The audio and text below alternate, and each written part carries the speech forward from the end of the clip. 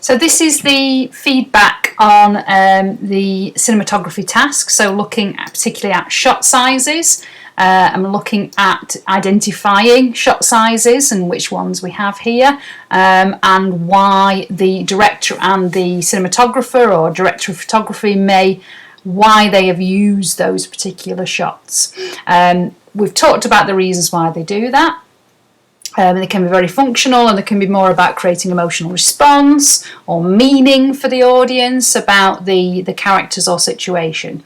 So in this opening scene, I hope you enjoy it. It's a very exciting, tense, fun scene. It makes you smile, or it could even make you laugh. I've heard audiences laugh at this opening scene because it is this kind of childhood fun where the children are kind of playing this kind of cat and mouse game chase with the local police who are totally outsmarted by these young lads who live in the poor area of the city in the slums.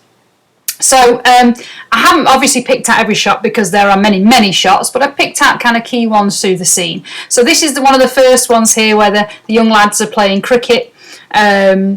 And we see this close-up, so we get a close-up straight away, so well done if you got that.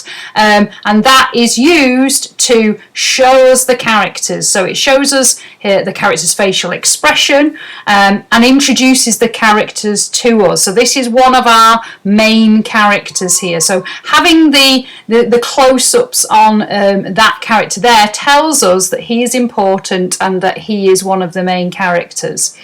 Then obviously we get the police shouting and starting to chase the young lads off the location that they're in, and then we get this second shot, which is a medium shot. So here we're not seeing the full body of the actor, the character. We are seeing, it's usually head, shoulders, torso, but here we have a bit more of the legs, but it's still a medium shot. And again, functionally, the meaning that medium shots have is that they are used to show character action. So what we are being shown here is that he's starting to run and really run from the police. He really wants to get away. We also, you can start to talk about framing of the shot, what's placed in the frame, what's placed in the shot, and having the police officer just in there in the background chasing creates that starting to create that tension in the audience, because it's that idea of that he's very close to him, he could catch up to him, and it creates that excitement and tension, that emotional response in the audience. The next shot, shot 3, is a long shot, because we have got the full image there of the police officers on the bikes chasing them.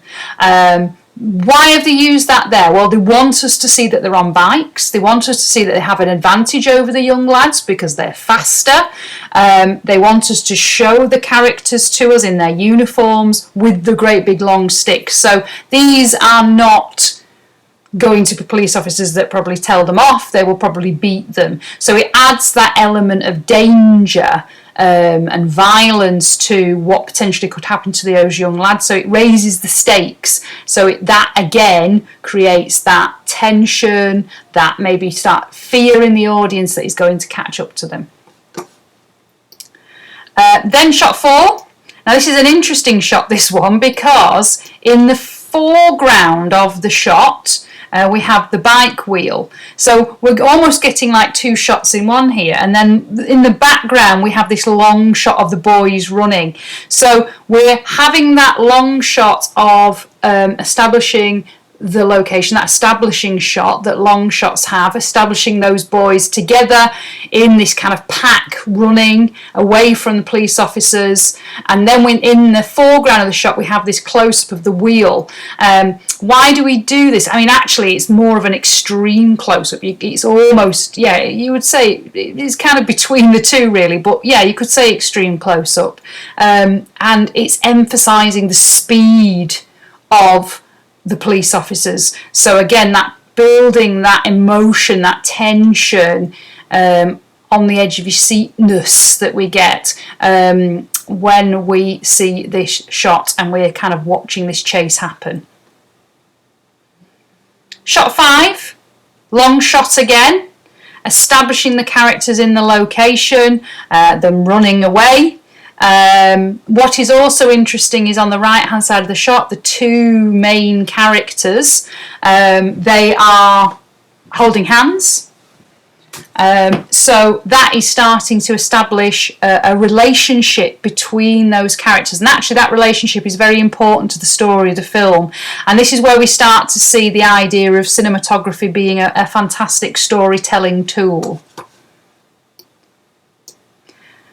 Shot 6, to further emphasise that idea, so here we have a medium shot.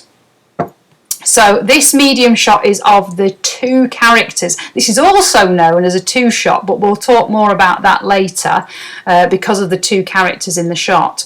And what we're seeing them is giving each other a high five. Now that shot is to again, the medium shot is used to show the action of the characters in the location, so the high five, but the meaning of that, the reason that's been used is really early on in this film, the director and the DP want to establish the close friendship and relationship between the two main characters.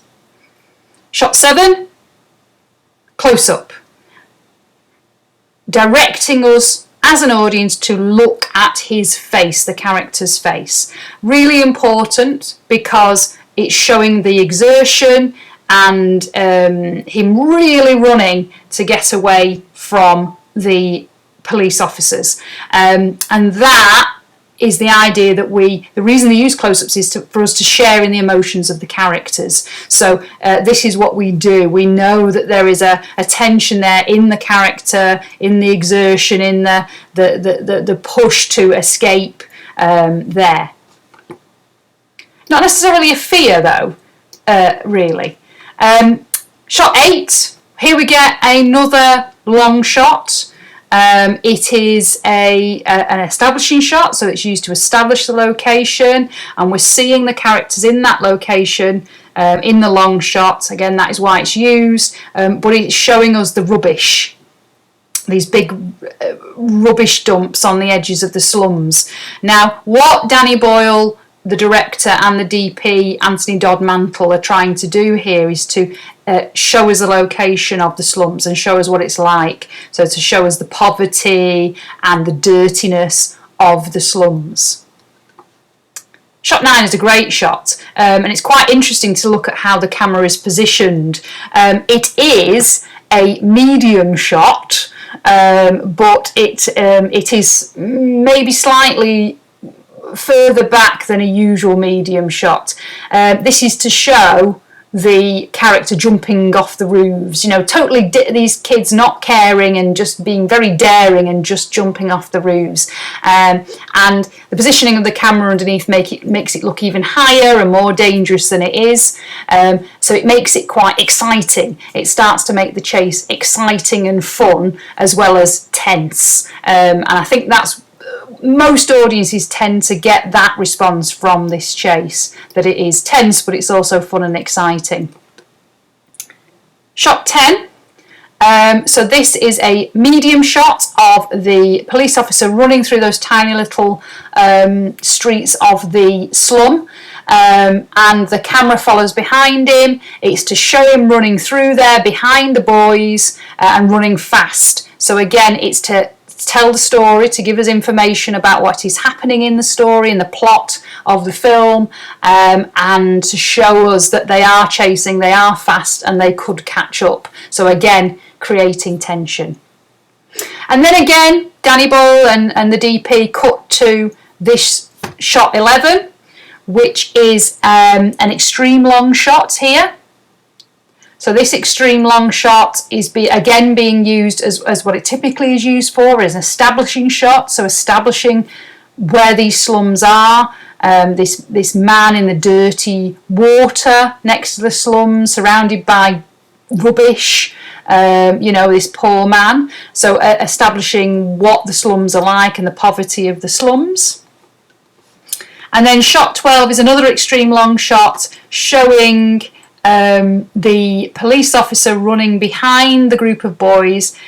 This is to establish the location again, but also to establish how close he now is to them. So ratcheting up, building up that tension and excitement, is he going to catch them? And then he follows it up with this long shot here. Shot number 13 is that long shot, and it is there to show how close the police officer is now getting. So it's establishing the character in the location and that the characters are very close together. So again, tension. Is he going to catch them? Then we get these great overhead shots. Now these are actually known as bird's eye view shots, but that's angle of shot. And these bird's eye view shots are, number 14 is a long shot. Well, it's an extreme long shot actually, if you actually think about it, because they are quite far away. So it's an extreme long shot of the top of the buildings in the slum. So that has a double function there of establishing the location and showing those kind of corrugated roofs and the tiny little passageways, the little streets between the houses in the slum. But also you can spot the boys chasing through and the police chasing behind them very closely. So it has all these different functions, that shot, and then it pulls back even further away from the slum, and it's still classed as an extreme long shot.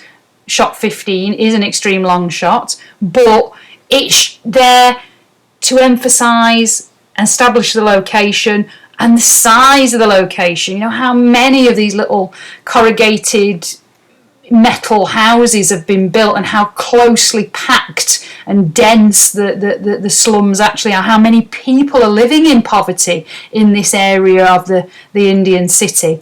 Again, all about establishing location, which is why they kind of nickname them establishing shots, those extreme long shots. Shot 16, medium shot of the two boys, the two main characters there, pulling faces and making rude gestures as at the police officers as they've nearly caught up. So this medium shot again is to show the action of the characters, because we're in close enough to be able to see that detail of the action of the characters, how they're moving, those rude gestures and face pulling that they're doing. But it's also to show the characters and give us information about the characters and the situation. So they don't care that he's catching them. He's chasing them with a big stick. He probably is going to beat them if he catches them, but they don't care. It tells us a lot about these two characters, these main characters within the film, within our story, that they are... they don't really respect authority. They don't respect the police officers. And they're quite cheeky, and they're quite willing to stand up to the police, and it gives us a little bit more meaning about the characters and their personalities.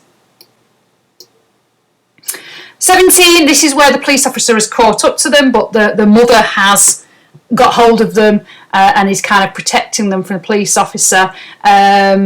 He chooses, Danny Boyle, the director, and the DP, to use a medium shot here and to pull in close and to see his response.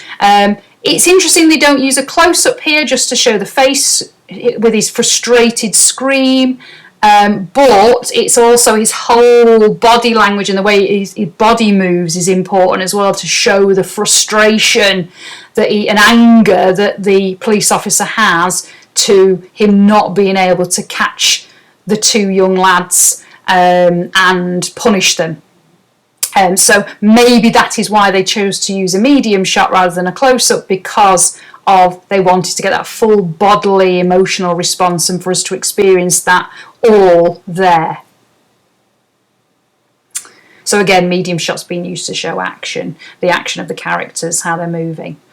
So question 18 was a bit more kind of a bit different here. It's still focused on cinematography, but it was something to kind of stretch you here, which was actually talk a little bit about the camera movement. So Anthony Dodd Mantle is an Oscar-winning director of photography, cinematographer, and he deliberately chose to film this scene with very, very tiny digital cameras, tiny little kind of fist-sized digital cameras, and they carried the hard drive to record the footage that they shot in a backpack, the camera operators, and they literally ran through the streets because the cameras were so tiny they could run in and out of the streets with the actors to record this scene. And it makes the camera work very, very shaky, but that is a deliberate thing. And we call this handheld camera because the camera is held in the camera operator's hand rather than positioned on a tripod for that more traditional kind of static, not moving shots that we usually get. So why do you think that he uses that handheld camera? Why does he use that movement? What does it affect on our emotional response to the scene? Well, hopefully what you've got there is it gives that sense of energy and movement of the chase. It kind of emphasizes the speed and the movement and the pace, the speed of the chase, and it makes it more exciting.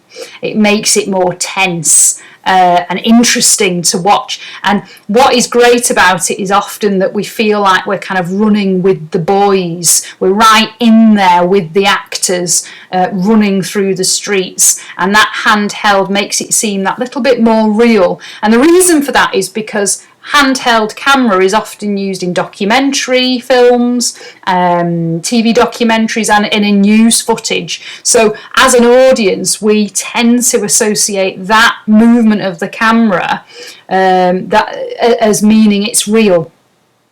So that sense of reality it gives makes it more exciting, makes it feel more real, and that what creates the tension and excitement in the audience while we watch. I think it's a fantastic scene, and I think cinematography has a really big part. The use of the camera has a really big part in creating that response in the audience and the meanings we get about the situation and the characters and the story. But it is only one element.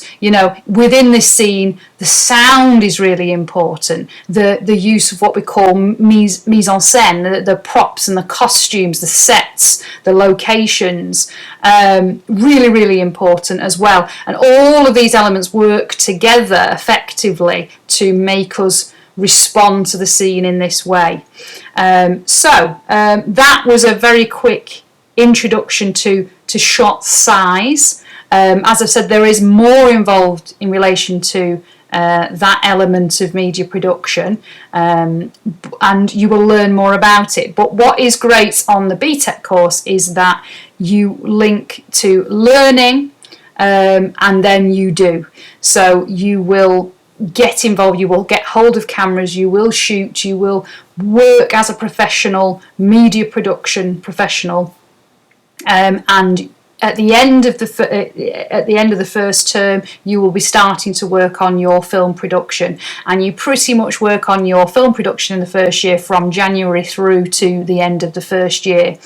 In the second year, your production piece is a music video production, which really pushes your creativity and technical skills further, which is what you need to do in your second year.